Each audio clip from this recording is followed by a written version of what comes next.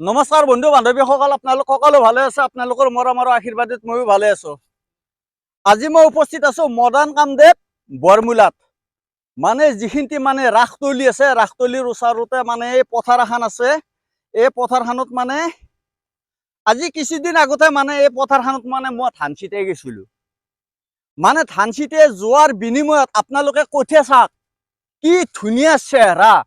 আৰু আপোনালোকক আজি আমি সম্পূৰ্ণ দশম আৰু ধুনীয়াকে চাব।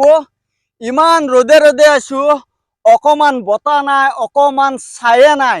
মানে ৰ'দ এনেকুৱা ৰ'দ দিলেও অশান্তি, বৰষুণ দিলেও অশান্তি। শান্তি ক'ত আছে কওকচোন আপোনালোকে, ভাবি চিন্তি কওক। যদি 4 দিন বৰষুণ দিয়ে, মানুহৰ মানে পানীত হাঁহ নচৰা অৱস্থা হয়। যদি মানে 4 দিন মানে পুৰা ফাটাফাটি ৰ'দৰ মানে পুৰা ভল্টেজ, পুৰা পাৱাৰ, সেই পাৱাৰত মানুহৰ কেনেকৈ অসুখ হৈ যায় ৰ'দত। আজি মই ৰদে ৰদে আছো। মই মানে ধান ছিটাও মানে বাকৰা পথাৰখন চাবা আছো। মানে কঠীয়া কেনেকুৱা হৈছে। আচ্ছা, কঠীয়া চাওক আপোনালোকে। এই 2জন দাদাই তুলি আছে কঠীয়া, আৰু মই 7জনৰ মতো কঠীয়া তুলি পোৱা নাই। আজি মই কঠীয়া তুলিম।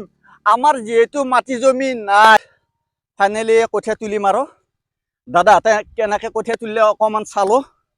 কঠীয়া তোলা অভ্যাস নাই, যদি কিবা কাৰণত ভুল ভ্ৰান্তি হৈ যায় আপোনালোকে ক্ষমা কৰিব। পোন প্ৰথমে মানে মোৰ লং পেণ্টটো অকণমান কুচাই লওঁ, একেলগে আনি ললো। দাদা ভৰিত কোপ মাৰিব লাগিব নেকি কঠীয়া আনি? আচ্ছা আচ্ছা, কঠীয়া কেইডাল তোলো, আনিলো। মই ধান ছিটাও কঠীয়া। আচ্ছা,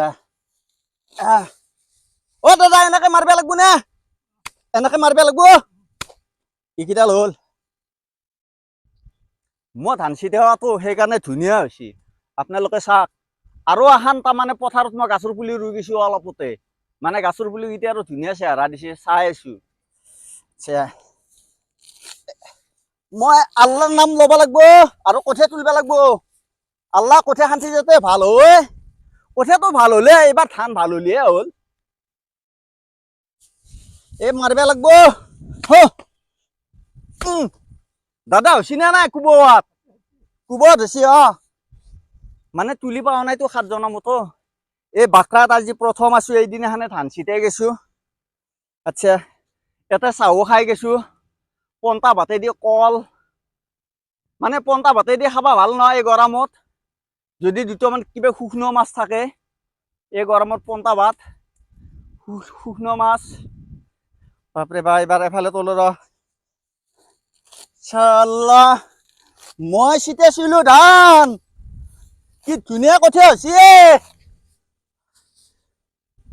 হৈ গেল, হ'ল আৰু।